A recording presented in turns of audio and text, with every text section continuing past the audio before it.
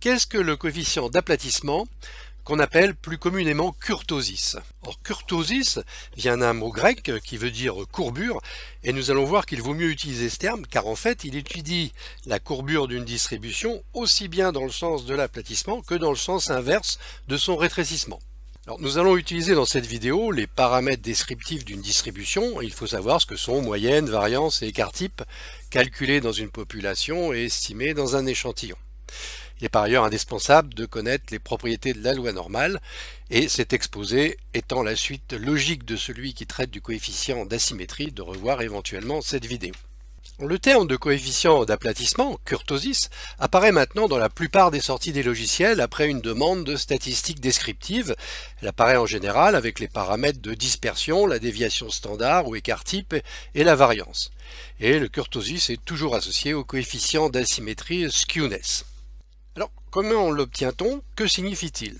Nous avons ici une distribution qui apparaît plutôt comme aplatie, qui s'éloigne un peu de la distribution normale, qui elle doit être en forme de cloche. En bas, nous avons à l'inverse une distribution très resserrée autour de la valeur centrale, et qui elle aussi est fort éloignée de la courbe gaussienne en cloche. Donc le kurtosis est un paramètre qui mesure le degré d'aplatissement ou de rétrécissement de la distribution d'une variable aléatoire.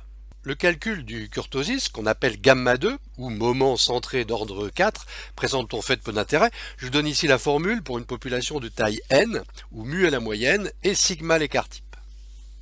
Et en dessous, la même formule si on fait le calcul sur un échantillon où m est la moyenne et s l'écart type.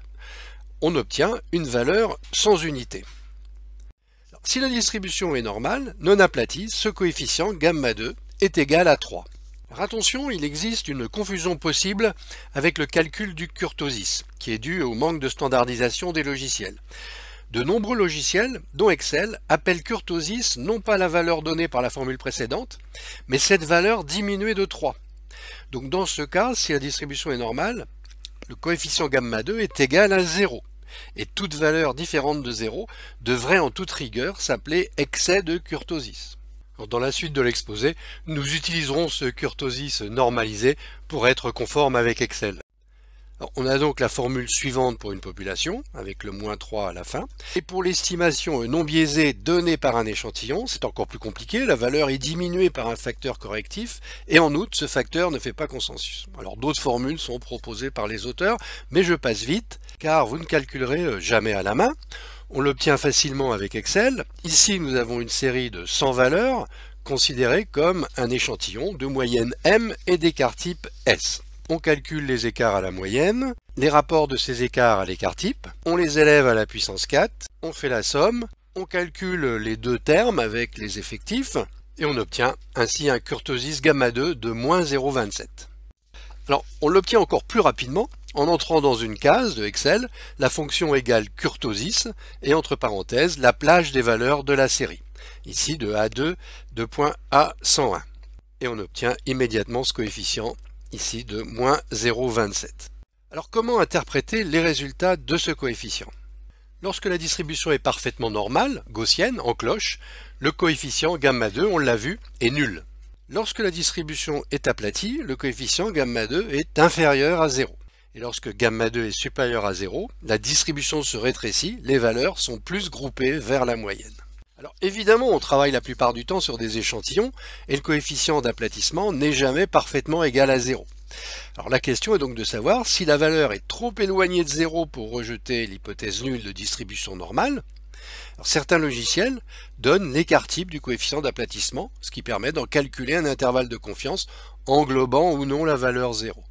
Alors une règle empirique proposée par certains est de considérer que si le coefficient est dans l'intervalle de moins 1 à plus 1, il n'y a pas d'excès d'aplatissement ou de rétrécissement, qu'au-delà de moins 2 ou plus 2, on peut rejeter l'hypothèse d'une distribution gaussienne.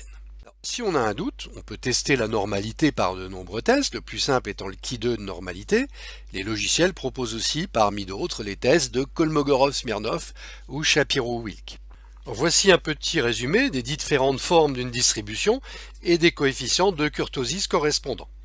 Et n'oubliez pas de bien vérifier, si votre logiciel vous propose un kurtosis normalisé, qui doit être plutôt proche de 0 si la distribution est gaussienne, ou un kurtosis non normalisé, qui doit se rapprocher de 3 si la distribution est gaussienne. Et vous avez sans doute oublié la valeur vue dans la première diapo, qui était une sortie du logiciel Stata, qui fournit lui un kurtosis non normalisé, avec ici une valeur proche de 3.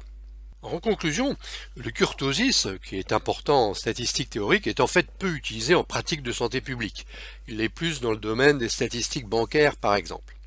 Associé au coefficient d'asymétrie, il permet simplement de vérifier d'un coup d'œil si une distribution s'éloigne de la forme gaussienne lorsque cette propriété est un facteur important à considérer. Je vous dis à bientôt.